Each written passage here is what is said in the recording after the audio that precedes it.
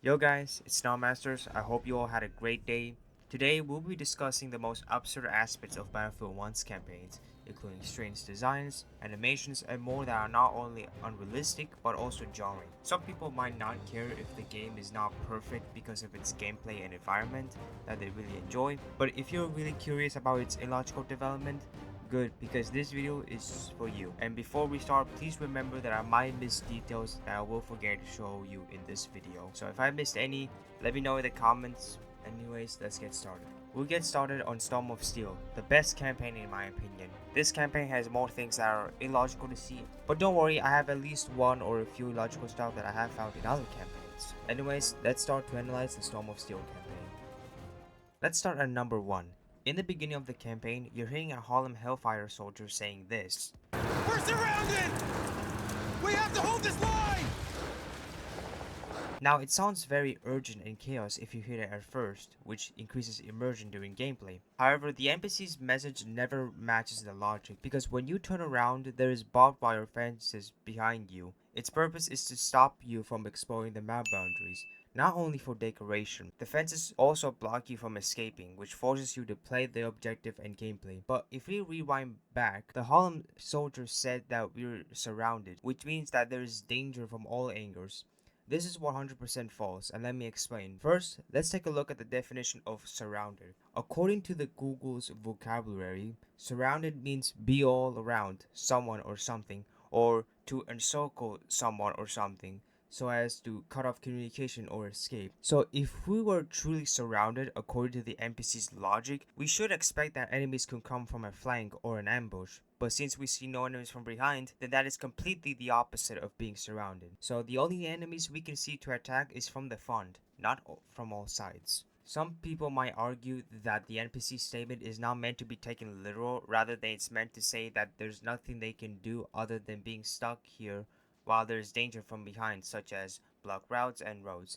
But regardless, the statement does not make sense. For example, to create a true sense of being surrounded, the game could have implemented flanking or rear attacks where enemies approach from various angles, not just the front. This will make the player feel generally encircled and would align with the NPC's line, adding both tension and authenticity to the battlefield's experience. And fun fact, these fences are easily fragile, which means you can throw a grenade to destroy these walls. It will sound logical and allow other soldiers to retreat if the NPC does not want to get surrounded. Number 2. In the beginning of the campaign, we can see a Mark V tank driving past us doing a small cutscene with a soldier. Now, it might seem normal and nothing unusual to see, but when we turn around, we still see that there are barbed wire fences, as we discussed before, acting as a map boundary wall. But something seems illogical and wrong, because we just saw a tank drove past us, which means that there should be context of where it came from. As we approach the fences, we can see that there is no road, no trails, and no tank tracks. It is so confusing to know of where the tank even come from. Let me explain. In real life, for a combat tank to appear, it needs to have a road or a path to arrive and join the battle, or even leave behind tank tracks of where it came from to participate in the battle, like these images for example. And since these details fail to show up, the game should at least add another context, such as destroy barbed wire fences, to show that the tank has arrived logically and realistically instead of being magically placed. It is so absurd to see that a tank teleported out of nowhere as if it was artificially placed. It makes the game look more like a simulation than a real battlefield.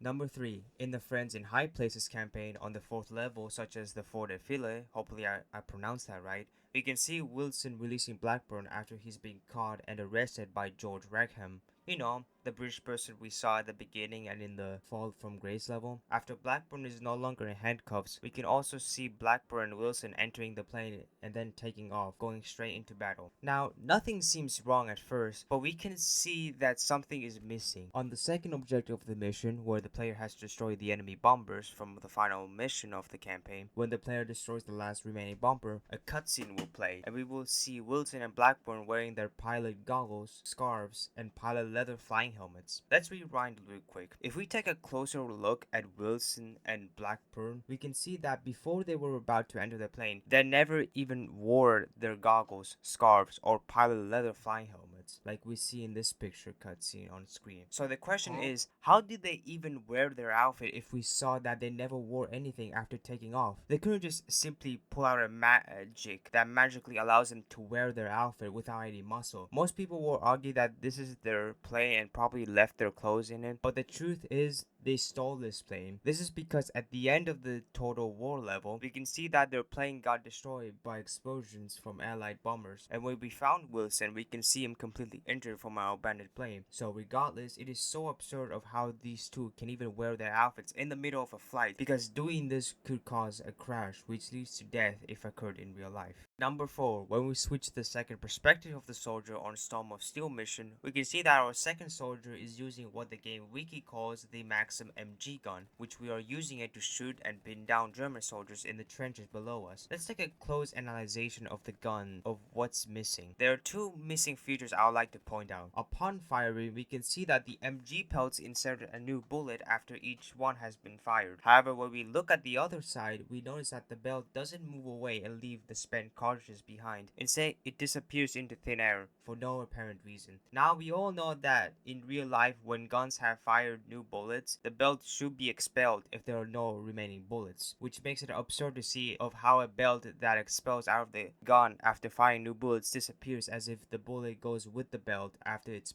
fired. And the second thing is that the gun that ejects spent cartridges after each one is ejecting in a weird way. We can't see a hole or a small eject door where the cartridges can go. It makes it seem like the cartridges are just spawning to make it seem like it's firing, but no, we're just firing bullets without them, while cartridges are just artificially placed, which is so weird. Number 5.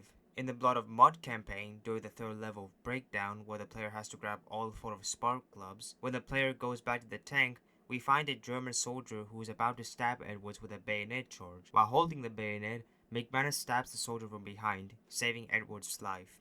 Here's something to note. The German soldier we see during this encounter isn't wearing anything on his face.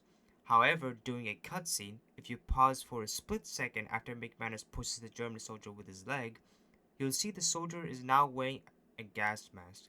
This raises a question. How does the German soldier suddenly have a gas mask in the cutscene when he wasn't wearing one during the initial attack? It is so confusing that it's possible that DICE forgot to give the German soldier the gas mask during the development process. The German soldier can't possibly wear a gas mask during the attack, so he should have wore it before he prepares to attack Edwards, which would have made more logical sense compared to only wearing it after being killed. Number 6. At the end of the Storm of Steel mission, we control the final African American soldier in the prologue. During this sequence, everything is in slow motion as we shoot a couple German soldiers. After 16 seconds, we encounter a German soldier wearing a gas mask who attacks us with an Austrian shovel, attempting to take our life. However, an artillery barrage interrupts the attack, saving us. After a brief blackout, we regain consciousness, stand up, and grab a rifle, only to see the last surviving German soldier who managed to endure the barrage, pointing their guns and so on. But wait, what if I tell you that the location they're standing doesn't even match the gameplay? And it's so bizarre. Let's rewind real quick. Let's pause the clip real quick. Do you see any differences to the location we were standing last time? Take your time to think of how different this location is. If you already did, let's try to discover it together. On the location we played before the cutscene, we see many details that don't even match to the location from the cutscene. For example, we see bunkers, barbed wire fences, trenches, different terrains with various shapes and sizes, such as the mountains we see right here, and how the terrain is structured. And if we go compare it to the cutscene location, we can only see ruined or broken houses with some walls that are standing and stable, and so many deceased bodies on the ground. Fun fact, the location in the cutscene where the two soldiers stand is actually from stage 1, right at the beginning of the Storm of Steel campaign where you start the mission. In the image, we can see this exact location, and we also spot the church in the background. This is from stage 2, where we control the second soldier after the first, which is bizarre because this raises a huge question. How did the two soldiers end up here? They didn't just walk there and wake up after the artillery barrage. We saw them get hit by the artillery. Did the barrage throw them into the air and then they just collapsed here? It's baffling to think that they ended up in a completely different location when we were fully aware that this isn't the same location. Another theory is that DICE believed that the location from earlier didn't meet their expectations for perfection, so they decided to place the soldiers back in a more familiar location from stage 1. Probably because stage 1 has more beauty than the last one. Regardless, it will have been better for the game's authenticity if they have kept the original location consistent rather than prioritizing perfection. The whole situation is still illogical, and I have so many questions about how they ended up here.